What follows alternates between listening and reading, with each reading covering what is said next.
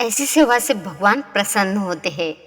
आज हम आपको एक ऐसी कहानी सुनाएंगे जिसे सुनने के बाद आपको पता चल जाएगा कि आपको भक्ति किस तरीके से करनी चाहिए जिसे भगवान भी रिझ जाए। वृंदावन में बिहारी जी का एक परम भक्त था। पेशे से वह दुकानदार था। रोज प्रातः बिहारी जी के मंदिर जाता, फिर गौ सेवा में समय देता, गरीब, बीमार और असहाय लोगों के उपचार, भोजन और दवा का प्रबंध करता। वह बिहारी जी के मंदिर नित्य प्रातः जाता और न तो कोई दीपक जलाता, न कोई माला, न फूल, न कोई प्रसाद। उसे अपने पिता की कही एक बात जो उसने बचपन से अपने पिता से ग्रहण की थी और जीवन मंत्र बना लिया था, सेवा का मंत्र। उसके पिता ने कहा था, बिहारी जी की सेवा तो भाव से होती है। बिहारी जी तो उसकी सेवा स्वीकार करते हैं जो उनकी हर संतान की, जो किसी न किसी कारण दुखी है, उसकी सेवा करता है, जो पशु पक्षियों की सेवा करता है। देखो, भगवान ने स्वयं गौ सेवा की थी। अपने पिता की इसी बात को गांठ में बांधे वह सेवा मंत्र की साधना कर रहा था। उसके साथ एक विचित्र बात होती थी।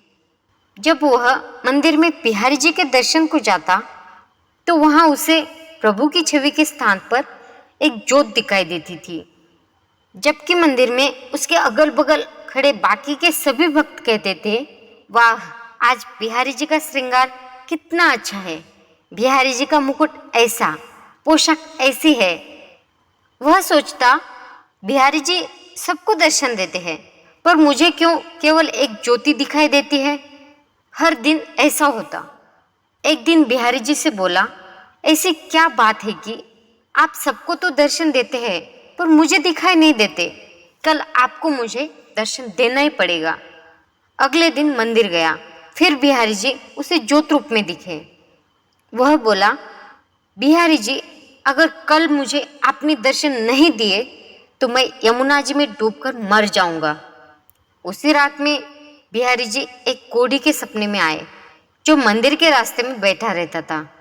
बिहारी जी कोढ़ी से बोले, तुम्हें अपना कोढ़ ठीक करना है। कोढ़ी बोला, हाँ प्रभु, मेरा तो जीवन ही बदल जाएगा। भगवान बोले, तो सुनो, सुबह मंदिर के रास्ते से एक भक्त निकलेगा, तुम उसके चरण पकड़ लेना और उसे तब तक मत छोड़ना जब तक वह यह तुमसे न कह दे कि बिहारी जी तुम्हारा कोढ़ ठीक करे।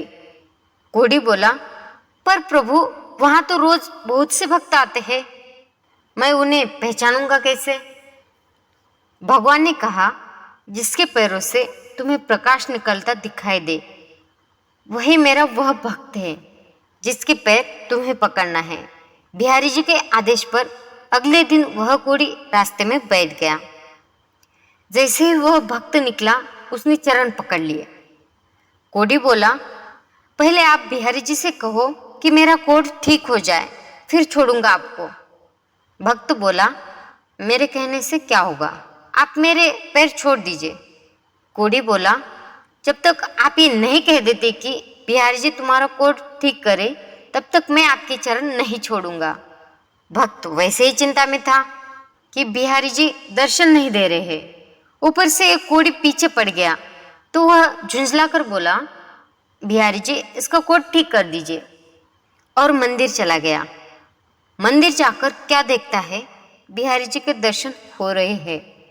बिहारी जी से पूछने लगा, अब तक आप मुझे दर्शन क्यों नहीं दे रहे थे।